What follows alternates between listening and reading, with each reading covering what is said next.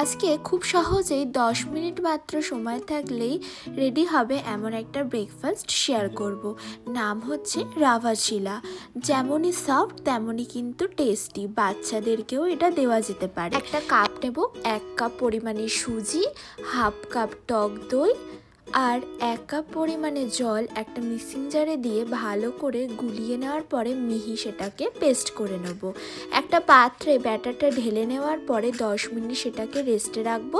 তারপরে half capsicum কুচি, পেঁয়াজ কুচি, কিছুটা গাজর গ্রেট করে দিয়েছি আর হাফ টমেটো কুচি আর পরিমাণ মতো লঙ্কা কুচি দিয়ে 1 চামচ পরিমাণে নুন, 1 চামচ ম্যাগি মশলা, 1 চামচ চিলি ফ্লেক্স দিয়ে ভালো করে মিশিয়ে নেব।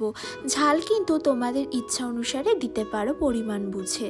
হাফ বেকিং পাউডার, হাফ লেবু দিয়ে মিশ্রণটা ভালো করে মিশিয়ে নেব।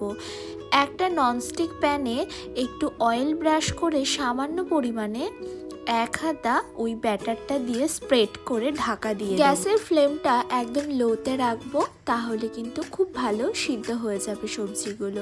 উল্টে দিয়ে গ্যাসের ফ্লেমটা বাড়িয়ে দিয়ে এইরকম লাল লাল করে ভেজে নামিয়ে গরম গরম সার্ভ করো টমেটো সস কিংবা কোনো ডিপের সাথে। দেখো কতটা সফট হয়েছে। কেমন লাগলো রেসিপিটা অবশ্যই জানিও, ভালো লাগলে একটা লাইক করো।